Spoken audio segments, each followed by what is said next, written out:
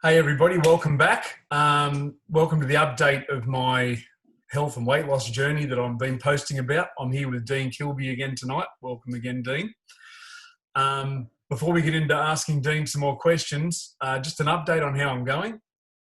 I was just talking to Dean then before we started about losing, I think it's 4.5, 5 centimeters off my stomach and some off my chest and my neck. And the last time I weighed myself, which was the start of the year when I gave blood, I was 100 kilos then. And I suspect I probably would have put a bit more on over that time, and especially leading into where I am now, because, I was like, I'm going to be on this diet soon, so just go hell for leather now while I still can. And I weighed myself again tonight, and I'm 93. So going on what I last weighed, I've lost 7 kilos. I'm suspecting more in the 2 weeks because, like I said, I should have put more on. I'm feeling better. I'm feeling more alive. I'm less achy in my lower back and my joints, especially when I wake up. And generally, I do get a fair bit of pain in my lower back, especially if I exercise. The day after or a couple of days after that, and I'm finding I'm nowhere near as sore, if not at all, sore doing the same exercise. So that's been really good. I'm also finding I'm more sensitive to foods. Anyone that knows me pretty well would know I've often said, I could drink 3 energy drinks or 4 cups of coffee and go to bed. Not a problem. I'd sleep, no problem. But now I'll have a cup of coffee and I'm beaming for hours. So, wow, that's just coffee. That's what coffee's like. So I'm actually noticing more of the effects of what I'm eating and drinking as opposed to how I did beforehand, which has been pretty cool. So that's an update of where I am personally. And let's get into asking Dean some more stuff about being healthy and losing weight. Welcome, Dean. Thanks. Bring it on. The end of a long weekend. What I need more is questions. Bring it on. This is great. But good update, by the way. That in that first week, just for the benefit of whoever is listening, in that first week, obviously you're going to lose some water as well. So just so everyone understands, what we've done with you is I've put you into a very high state of ketosis. So there's a bit of a misconception out there, I think, that people think the ketogenic diet, or to put yourself into ketosis, you have to consume a lot of fat. I've actually restricted fat intake with you. You're getting adequate amounts of essential fatty acids and obviously essential or adequate amounts of protein with all the essential amino acids, but there's no such thing as an essential restricted carbohydrates. Just say that again about no. You just blacked out for a second. Sorry, yeah, we restricted your carbohydrates because there's no such thing as an essential carb. Yep. So you will have exhausted your body's natural storage form of carbohydrates, which is glycogen. Mm-hmm. So your muscle and your liver stores glucose in the form of glycogen, and you've got about 3 days worth. So after about 3 days, you ought to have been in ketosis. The key is to keep you now in ketosis until your body adapts. Now that's about 3 weeks for your cells and your tissues to increase the amount of enzymes that they require to better utilize ketones as a fuel source. So when we restrict carbohydrates, your body's going to turn to protein and fat as a fuel source. What we're going to do, and what we are doing with you, is ensuring that your body receives adequate protein. So that preserves your muscle. So we don't want to break down any of your muscle. Mm-hmm. And your body's just turning to the fat now. And that's why you'll churn through it so quickly. With glycogen in your muscle, you also lose water content. Yeah. And that's a bit of in the beginning. So that'd probably be the largest weight loss that you might experience in that first week. And you're a big guy with a fair amount of muscle mass, so you would have a bit of fluid there that you would lose as well. But then after that, we just retain your muscle and you just burn fat. We turn your body into a fat burning machine. Mm. Yeah, it's been good so far. So, I expect you to lose 2 to 3 kilograms per week. Yeah, right. Well, more would be good. I'll be happy with that. But 2 to 3 kilos I'll live with. That's plenty.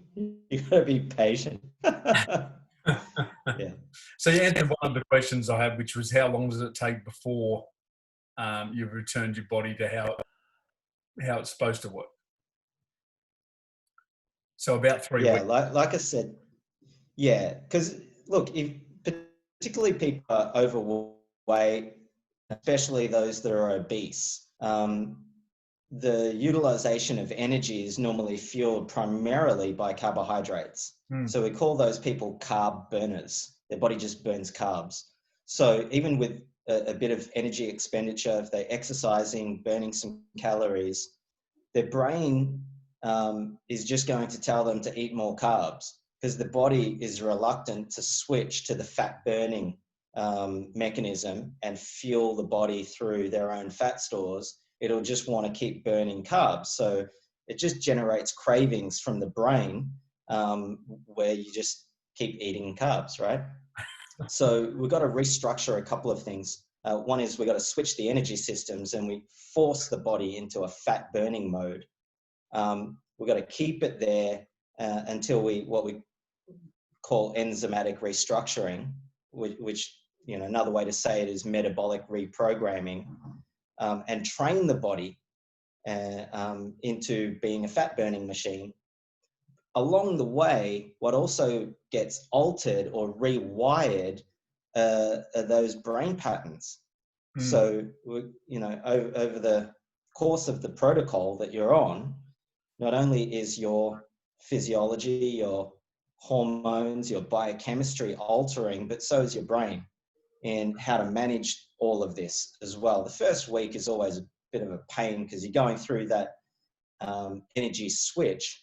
But the beauty of being on a structured protocol and having a coach and a very scientific approach to it, those kind of typical keto flu type symptoms aren't often experienced. So I don't think you've had any.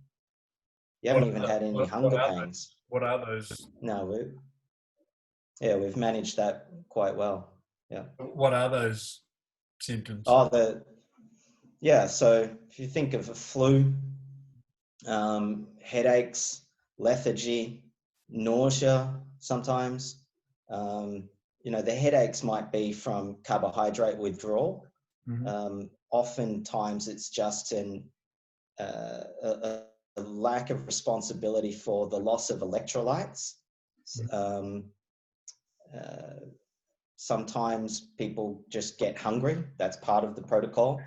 When you're going on any kind of diet, it's a change. And whenever you change anything in life, it can be upsetting. And what do people do when they're upset? They eat.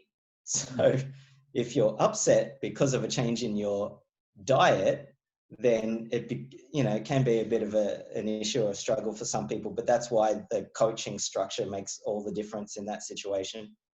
What else? If there's lethargy or fatigue, again, it's usually because of an electrolyte imbalance. People aren't consuming enough magnesium, calcium, potassium, or sodium. We've been conditioned over time to relate to calorie-dense foods as energy-giving foods.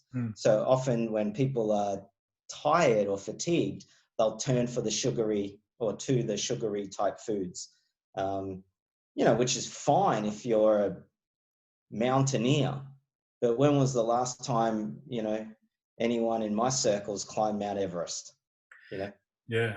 That's what I've found as well, is that the whole, I used to use like either food or energy drinks or, to train, I'd use a pre-workout powder thing, which made you feel like, I've got energy, I want to go train. And I haven't used any of that. Haven't needed Yeah. it at all. You know, the days I train, I go, cool, I'm going to train today, and I just go out and train. And those that know me know I don't train without pre-workout. So Yeah. it's been. I found that I've had more energy without eating all that sort of stuff in the first place, which is sort of ironic, really. Yeah. But you said you're waking up a little bit more refreshed, yeah? Yeah. Normally I'd wake up and Lana would get out of bed and she'd go downstairs and start cooking stuff for everyone, and I'd roll around the bed for another 20 minutes, half an hour, and wake up and go, oh crap, it's like an hour and a half, and then have to drag myself out of bed. Now Lana gets out of bed and I go, because it's a habit, I go, yeah, see ya, and I lay there for a couple of minutes and go, oh, might as well just get up. I just Yeah. get up and go down with it. So yeah, a lot more energy. It'd be interesting to get some wearable technology on you. You know, I've got like, I don't know, I'll loan you my Garmin watch or I don't know something. how to take that thing. Just to check your sleep, you know, how many hours you spend in deep sleep, REM, etc. You know, so sometimes people, they might, the number of hours of sleep doesn't alter. You know, you might even say, yeah, I sleep well anyway, but you're noticing you're waking up better, more refreshed. So one of the major aspects of the human physiology that gets impacted in states of overweight, obesity, and metabolic syndrome is brain function. And now we can do a lot of tests to quantify and qualify that. We can do quantitative electroencephalography, QEEG, which is really cheap. You can look at brain regions that are either hypoactive or hyperactive, depending on many factors. And sometimes there are areas of the brain that get really impacted by lack of sleep or lack of quality sleep, which can be improved and reversed to a degree. So in terms of brain function and assessing that, really the best way of assessing it is just how well you're sleeping. And that's hard to even, you know, because you're the one that's asleep. So how do you kind of assess that? And I ask people a couple of questions. One is, how do you feel when you wake up in the morning? Do you feel more refreshed, etc.? The other question is around your productivity. So are you more productive, particularly before 10 a.m.? Yeah, the answer is often yes, and that's greatly improved when people go on some kind of structured protocol to reverse their metabolic syndrome. So it'd be nice to see what's actually happening with your sleep if we get some wearable tech on you. Okay, you can lend some of my. Yeah, cool. We'll lend it and suss it out. Okay, what other question do we have? How often should we be eating in a day? Because there's a lot of varying stuff. You know, you need to eat 5 meals a day. You need to eat 2 meals a day. You need to, how often should we eat, and why should there be those gaps, if any, between eating and so forth? Yeah. Honestly, I don't know what the right answer to that is, if there is a right answer. I've got you on 4 meals a day, breakfast, lunch, dinner, and a snack.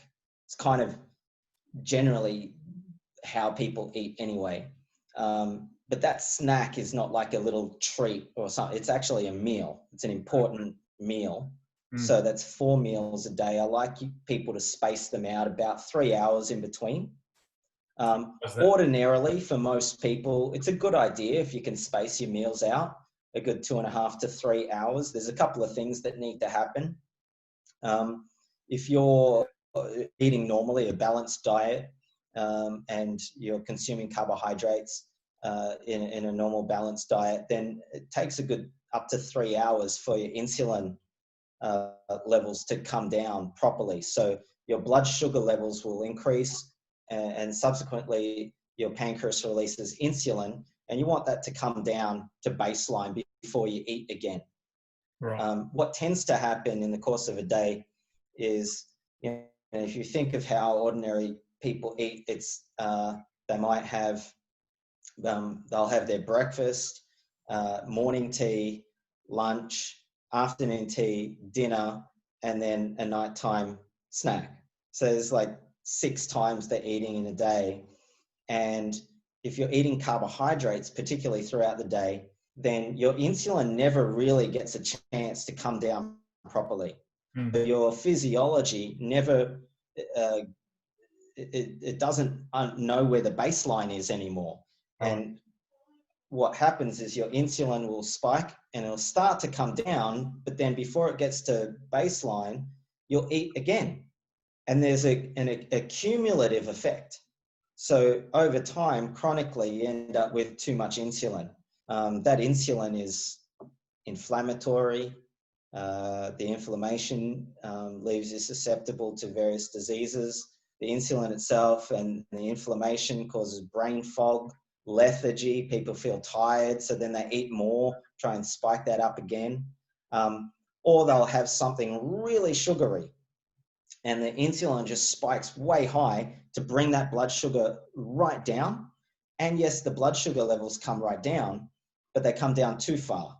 And now it's like, now your brain kicks into gear and it's like, got to feed me again. So you're on that cycle. Your blood sugar levels going up and down like this, but chronically, on average, your insulin remains pretty high. Right. So if you space your meals out a good 2.5 to 3 hours, that helps a lot. And the other thing that needs to settle down after a meal is not just all your digestive juices and enzymes and acid-base balance, but your gut microbiome as well. You know, that just eating has an impact on your gut microbiome and its activity levels. And, you know, that gets way complicated, but, you know. There was one of the other questions on here actually about the gut biome and stuff, and how that relates to weight loss and health and all that sort of stuff. Oh, critical. Absolutely critical. You know, some people call it like, it's almost like another brain. It's that central to your health and that critical. But how does a few things on that stuff build and become better? Or like, is it just a matter of drinking your Cult or Inner Health Plus once a day, or is it dietary based only, or, you know, what's the go around that? I haven't heard about your Cult for so long. I know people still drink it. I remember I went to the Yakult factory. Oh God, when I was doing my biotech degree, I drank 32 Yakult in one day just to see what had happened. I was farting like a trooper for days. Nothing bad happened, but yeah. So the thing about your gut microbiome is after you inherit that bacteria mostly from your mother through vaginal birth and breastfeeding. And then during that first year after birth, your immune system and your body develops a tolerance to the bacteria that you inherited. So that's what populates your gut. After about 1 year of age, then anything new that enters your gut, new bacteria, your defense mechanisms, your immune system is pretty good at handling that, even in your gut. So, and you got to remember that you're essentially a donut. Like, you've just got a tube that goes from your mouth to your ass. Yeah. And right, there's just a hole that goes through you. So there's like 10 times more bacteria in your body than there are human cells. Right. So there's a lot of them. Yeah. And so when you take an antibiotic, for example, that ruins you for life. You know, it's a necessary evil, because if we didn't have antibiotics, we'd probably all be dead. But you can imagine, you know, my kids, for example, when they're bloody 2.5 with a freaking ear infection and, you know, they're screaming, you got to give them the antibiotic. So if you think about it, you take an oral dose, that antibiotic medication's got to get down into your gut. It's got to get absorbed, and then it's got to travel through your bloodstream to the site of infection in high enough concentration to handle that bacteria that's causing the inflammation and the pain. So by that rationale, you can imagine when it goes into your gut, it's like an atomic bomb going off.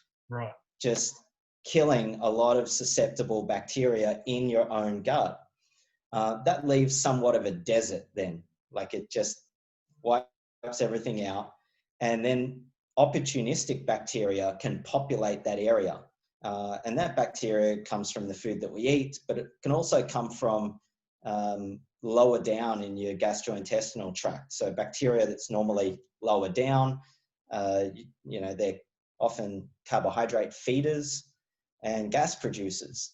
So when they're producing gas, normally you just fart that gas out. When they're higher up, that gas has got to go somewhere. Sometimes it can impact things higher up, and it contributes to gastroesophageal reflux disorder, heartburn, like that, right? So that can have a real problem on the way, not just your experience of life, but your relationship to food, how you eat, what foods you can eat, what foods exacerbate that kind of reflux issue. What else? Anyone who's overweight, like obese, really, chances are there's some level of leaky gut, which is what happens is you get inflammation in your intestines, where ordinarily proteins and molecules that you eat normally wouldn't see your immune system. They would just kind of go through your gastrointestinal tract. But if you've got a leaky gut, so you got gaps, bacterial colonies can cause gaps in the lining of your gut. So foods that you eat and proteins now are getting exposed where ordinarily they wouldn't get exposed to your immune system, and that elicits somewhat of an inflammatory response, and this can trigger autoimmune conditions. So yeah, it's a big issue. So how do you deal with it? It's a tough one because it's so damn complicated. It's not so simple as eating more yogurt. Sometimes that can cause more problems. Yeah, right. There's even recent studies where they took patients who were on probiotics and they had all these various health conditions, and they stopped all the probiotics that they were taking, and 70% of them, their health condition actually improved. And they stopped taking the probiotic. So there are various bacteria that if you consume them, they can actually influence negatively the growth of bad bacteria. So it can potentially increase the growth of bad bacteria. So remember how I said that anything you reintroduce those bacteria, your immune system and your body kind of handles it. It does to a degree, pretty efficiently. You need it that efficient, otherwise we'd be in a lot of trouble. However, that also means any probiotic or fermented foods or yogurts or anything like that you consume, our body has a pretty good mechanism built in to get rid of them. Right. So within a day or so, right? Obviously, if it's really bad and they're in high enough concentrations, it causes some pathology. You get, upset stomachs, you get food poisoning, etc. But that's rare, so long as you prep your food properly. So the probiotics, I like to pick a probiotic that's just got a couple of strains, bacterial strains, that are clinically demonstrated to be able to suppress the growth of the bad bacteria. Right. And so you want to know that those strains actually can suppress the growth of the bad bacteria. And you want to get them into your gut in high enough concentrations to actually do the job. We're talking trillions, 1 to 1.5 trillion cells, bacterium at least. And there aren't any probiotics on the market really that do that. There's one that it's a symbiotic that I recommend and I utilize with my clients. And that's 30 billion bacteria per dose, but it comes with the prebiotic fiber, which is like the food for the bacteria. So by the time you rehydrate it, drink it, and it gets into your gut, it's expanded to 1 to 1.5 trillion cells. Right. Is it about bacterial diversity, eating more fermented foods, yogurts, etc.? I don't think so. I think maybe that's the case when you're well. You want to find the right foods that work for you. But if you're not well, you've got to correct that that dysfunction first. Oh, hang on, sweetheart. Okay. We're recording this, baby girl. Hello. Okay. All right. Okay. No, she needs the attention. Love you. Good night. Bye. So that's the other thing too, is like how long, we go, like, I'm 48 years old now. So for 48 years, I've been living the way I have been up until 2 weeks ago, as far as what I eat and drink and all that sort of thing. How long, I've had lots of messages and stuff after last week and whatever saying, I'm doing this now and I'm doing that now. And all you need to do is cut alcohol and sugar and all you have to do is this. Is it just as simple as just cutting a few things now and then and it'll all work out? Or have you actually got to go back the other way to correct it all? Yeah, I just wipe the slate clean, for a temporary period of time. So we just peel it right back to the real basics. And it's hard to know. Look, if someone's just got a really crap diet and a really crap lifestyle, and if you just stop consuming liquid calories, for example, and stop smoking, you're going to feel amazing. You're going to drop some weight. I mean, but are you optimal? Yeah. To know, right? This is, at least we know that let's correct everything. We can get you before baseline blood levels. If you go to the doctor, you ask for a few tests, right? You want to look at your metabolic parameters. You want to check your fasting blood glucose levels, your HbA1c, and I'll talk about HbA1c in a second. You also want to ask the doctor if they can check your fasting insulin levels. They would never ask for that. Right. But that, if you fasting insulin levels are high, above 10, pretty good indication that you're insulin resistant, you need to do something, that you're at risk. Right. Look, here's the deal. Most people feel pretty good about a week before a heart attack. Yeah, right.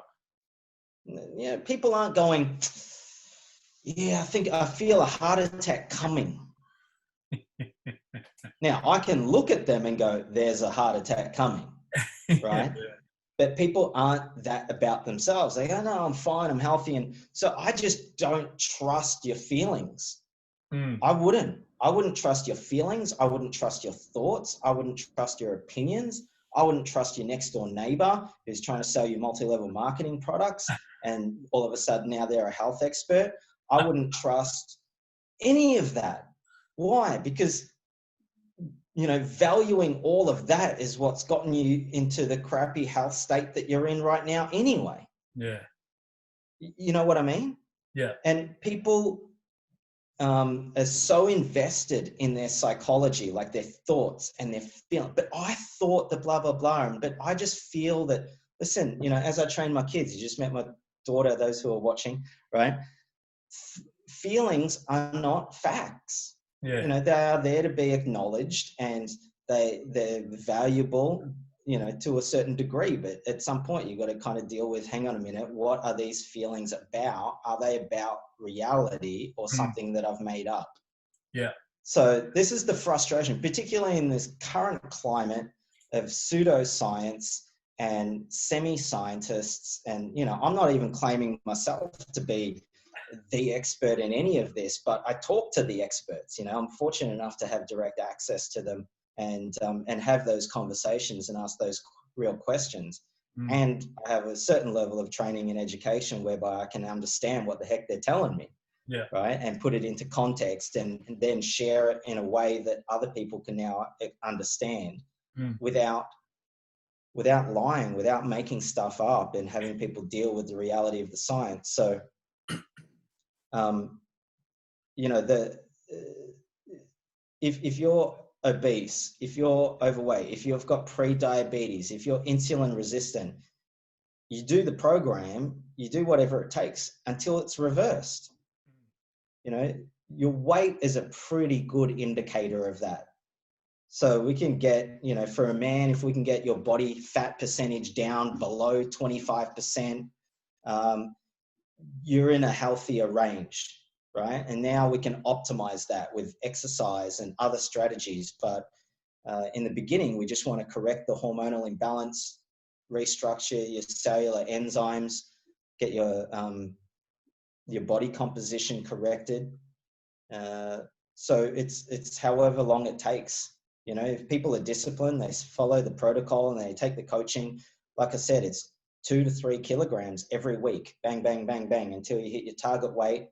And then we transition you out of that over a 4-week period. Even then, I still don't trust people with their body, nor should they. And I keep them on a stabilization phase, which is 12 months to lock that in, you know? Yeah, right. So, and that takes a hell of a lot more discipline and intellectual effort, because now you've got the freedom of choice.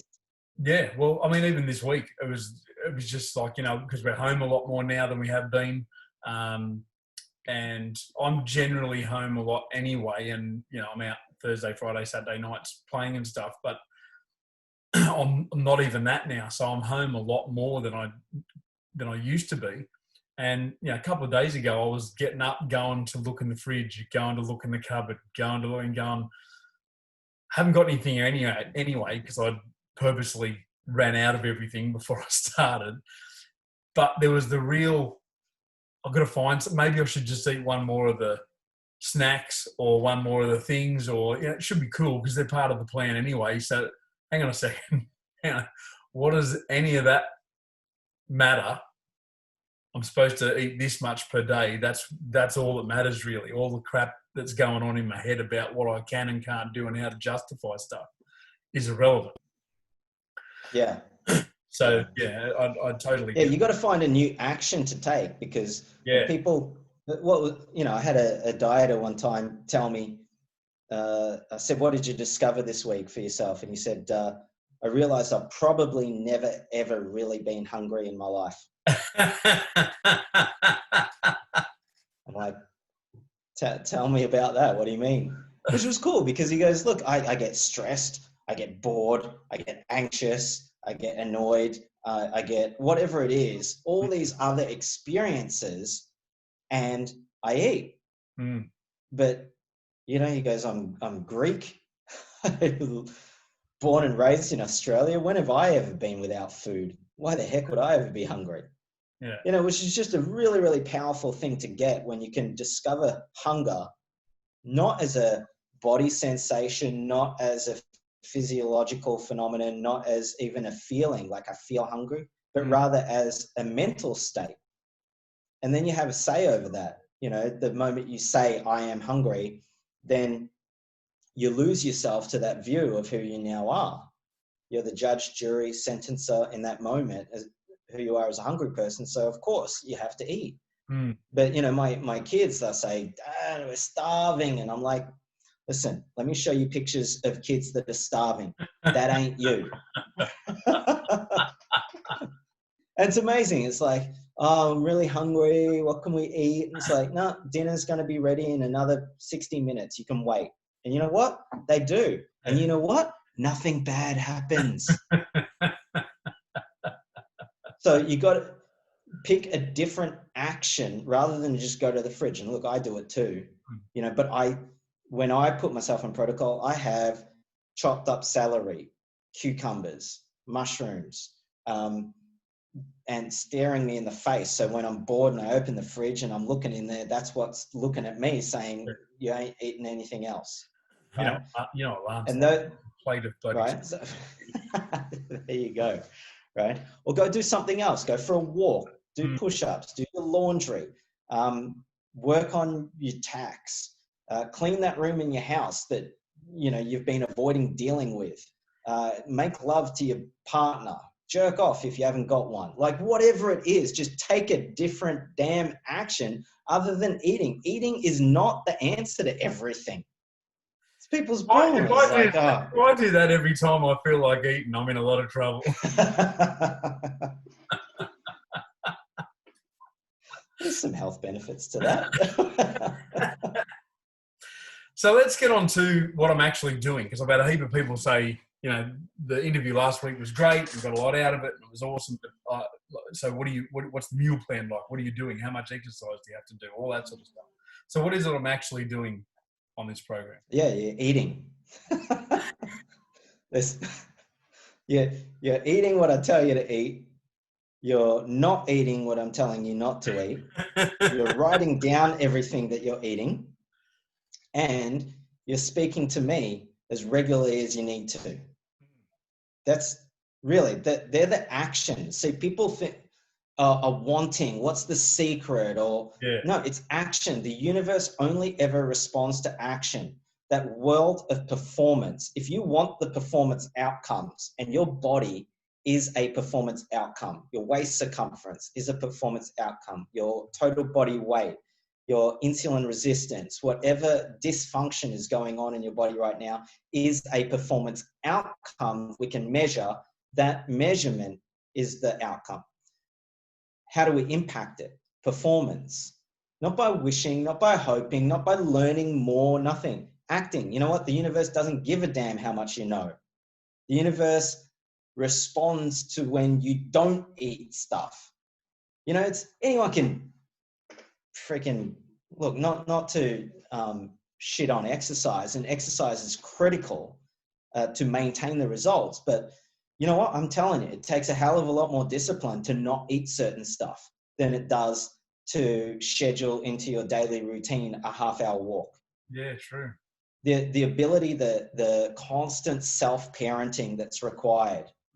Constantly got to say no to yourself, you know, because you've got to grow up. And you're just a juvenile shit going, but, you know, but I really need my chocolate. No, you don't. No, you don't. You need to grow up. But I need that late night snack, and I need that glass of wine, and I need my cheese. And just like you need a heart attack. My God. And so actually, should I even go into what the coaching is now? I've probably got So what do? You do what your coach tells you to do. Right? And so what's involved in the coaching side of stuff? Is it just like, you know?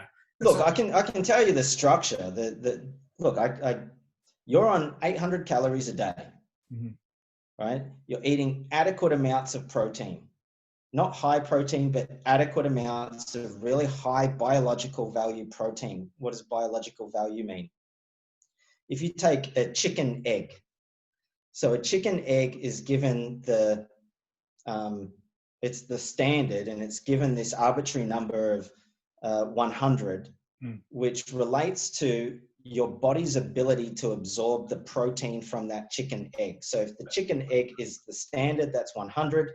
If in comparison to that, for example, you take meat, meat has a chemical index, a biological value of 70, because it's got 30% less methionine on average. Methionine is an amino acid. So, you know, I have you on products where the chemical index of some of those products is as high as 273. Yeah, right. You know, 2.7 times more absorbable than the chicken egg, right? Where you're consuming 20 grams of protein, no carbs, no fat in that product, and it's 80 calories. You know, you can't replicate that with whole foods. Yeah. And there's no preservatives. There's, you know, the packaging technology and on the stuff that I use, it's so good. It's designed that way so we don't need preservatives and additives and all that sort of stuff. You know, there's a few things in there, anti-cakeage, all that sort of stuff that's clinically irrelevant. But so you're consuming adequate amounts of protein throughout the day. You'll have protein in each of your 4 meals. you're eating 4 cups of low glycemic index vegetables. So what are low GI vegetables? Well, they're vegetables that don't cause much of an insulin spike. And you're bulking out your stomach. We need to stretch your stomach so your gut is constantly releasing this hormone called ghrelin that's telling your brain that you're not hungry. Because if you're going to keep anyone on a weight loss program for any length of time, to sustain them, you must make sure that they're not hungry all the time. If you're hungry all the time, you haven't been hungry at all. So, but if you were, that's when you make bad food choices. That's when you deviate. That's when you screw up and you go, oh, I'm just useless, and you'll give up easier. And then you beat up on yourself, doubt yourself, stop trusting yourself again. And then it's like, you'll just go, screw it, I'll stay fat. Just increase the size of my coffin. Or the flip side, I've been really good all week, so I can reward myself. I know, that's a funny one. People do it. It's hilarious. They go, oh, Dean, I've been doing so well and I just needed to reward myself. I'm like, really? With a pizza? You couldn't think of anything else? Your foot massage? But as a coach, your job is to communicate that with me. And it's my job to dust you off, put you back on the horse, and we keep going. Yeah. Because oftentimes what happens is when people deviate, they cheat, they whatever, they fall off the wagon, then they give up in the absence of a coach. And a coach keeps people going. And, a coach champions, and everyone's got a champion in them. It might be hidden under layers of fat, but we'll work on that, right? Fine. It's not your fault. I mean, this is the thing. You got to be able to laugh at it. It's not your fault. It's literally not your fault. It's no one's fault.